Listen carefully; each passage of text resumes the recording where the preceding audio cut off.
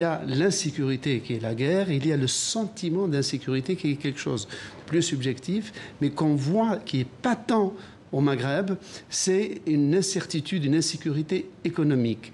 C'est-à-dire que les États sur place, même s'ils ont réussi à maintenir une stabilité remarquable par rapport au Proche-Orient, ont achoppé sur le fait de donner des emplois, de garantir des emplois aux dizaines de milliers de jeunes qui sortent chaque année des universités.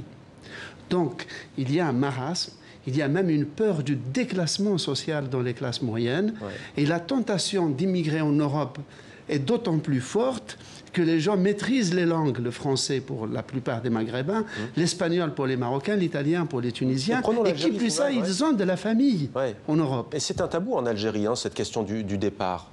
Alors, c'est tellement lourd, tellement mal perçu par les autorités qu'elles ont promulgué une loi qui punit tout Algérien qui cherche à quitter irrégulièrement son pays jusqu'à 6 mois de prison et les passeurs jusqu'à 20 ans.